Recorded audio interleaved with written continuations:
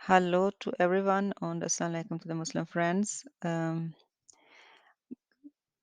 काफ़ी क्वेश्चन आते हैं रहते हैं ग्रामर के बारे में कि एडजेक्टिव डिक्लिनेशन के बारे में बताएं। तो चलो फिर शुरू करते हैं। आई होप कि उसके बाद आपको अंडरस्टैंडिंग हो जाएगी। लेकिन अगर नहीं भी समझ आए तो फिर मुझे आप कमेंट्स में बताना, मैं और ज़रा सही तरह से एक्सप्लेन करने की कोशिश करूँ किसी और तरह से। तो पहले की बात ये है कि was ist ein Adjektiv ना कि ये एडजेक्टिव है क्या बुलाएँ। तो इस कहते हैं ये ना एक प्रॉपर्टी वर्ड है जिसको डोइच में Eigenschaftswort कहते हैं, Beiwort भी और V-Wort भी कहते हैं। और इसका बेसिकली इसका मतलब है कि ये जो कोई पर्सन होता है ना या कोई आइडिया जो नाउन नहीं होते और नाउन्स होते हैं ना, वो जो थिंग्स होती हैं जैसे पर्सन, एनिमल, ऑब्जेक्ट्स, तो उनको डिस्क्राइब करने के लिए ये यूज़ किया जाता है। हमारी ज़बान में भी एडजेक्टिव हैं जैसे काला, गोरा, छोटा, मोटा, every word is an adjective जो किसी चीज़ को डिस्क्राइब करते हैं। तो इसी तरह जर्मन में भी ये है ना। और जर्मन में ये जो मेन वर्ड को वो चेंज करते हैं ना, नाउन को नोमेन कहते हैं या हाउप्टवॉर्ट भी कहते हैं या सब्स्टेंटिव भी कहते हैं। इनका सबका एक ही मतलब है।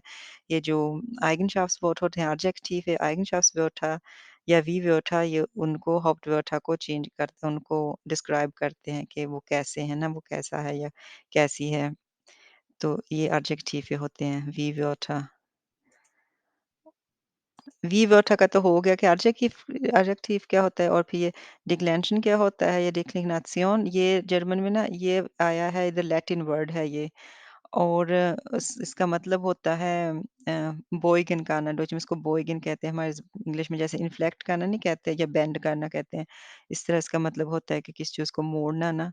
तो ये जो एडजेक्टिव हैं, ये जो बाइवर्ड हैं, ये आइगनशाफ्ट्सवर्ड है, उनको ना अ, एक किस्म का मोड़ना पड़ता है, चेंज करना पड़ता है ना नाउन्स को डिस्क्राइब करने के लिए, तो इसलिए उसको इस मोड़ने को डिक्लेरेशन कहते हैं। इंग्लिश में डिक्लेरेशन कहते हैं, डच में तो डिक्लिनेशन है या बोइगुंग है, डोइच का वर्ड वैसे बोइगुंग है। और ये और ये किस चीज़ के लिए यूज़ होता है, ये नाउन्स के लिए यूज़ होता है, प्रोनाउंस और न्यूमरल्स, नंबर्स वगैरह, ये सब को ना इनके आगे जो आइगनशाफ्ट्सवॉर्ट होता है वो चेंज होता है। जर्मनी में आपको पता है ये ख़ास उस भी है, ये फ़िया फ़ेले जो हैं फ़िया केसेस, उनके लिए भी ये यूज़ होता है, वो भी इस पे असर करते हैं कि कैसे किसी लफ्ज़ को, किसी एडजेक्टिव को कैसे करना है चेंज।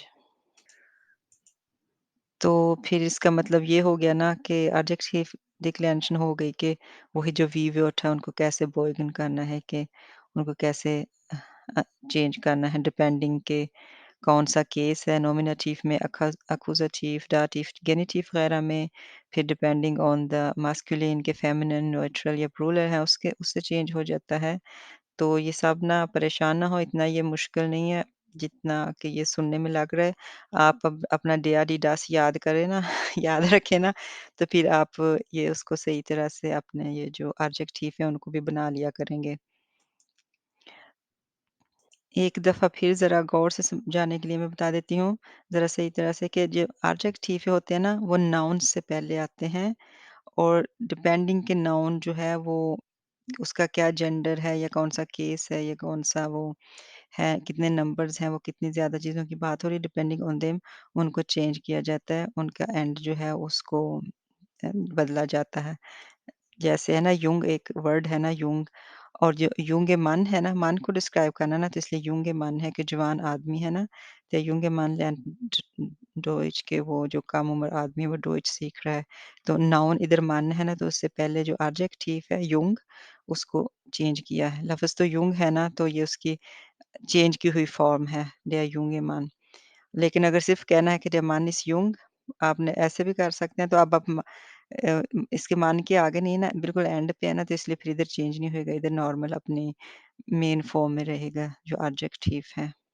इधर एक बार फिर मैंने सुज़ामन फ़ास्न किया है कि किस तरह एडजेक्टिव जो होते हैं वो कौन से फैक्टर हैं जो उसको चेंज करते हैं, उसमें वो Genus आ गया, यानी कि männlich, weiblich oder neutral, या sächlich उसको डॉइच में कहते हैं, और केस यानी कि जैसे Kasus, 4 Fälle, जो 4 केसेस हैं, और आर्टिकल बिफोर द एडजेक्टिव के कौन सा आर्टिकल है, der, die, das लगा, उसके हिसाब से ये चेंज होते हैं फिर।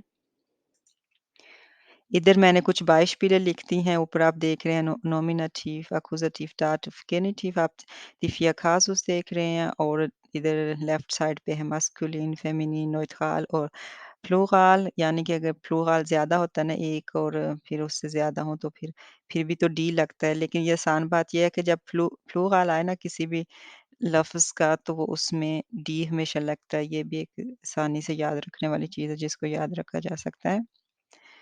तो आई होप कि आपको समझ आया होगी थोड़ी बहुत मैं समझाने की कोशिश कर सकी। आई होप कि आपको पता चला होगा। आपको अगर पसंद आया मैं तो आप मुझे इधर जॉइन कर लें, सब्सक्राइब कर लें और थैंक यू फॉर लिसनिंग।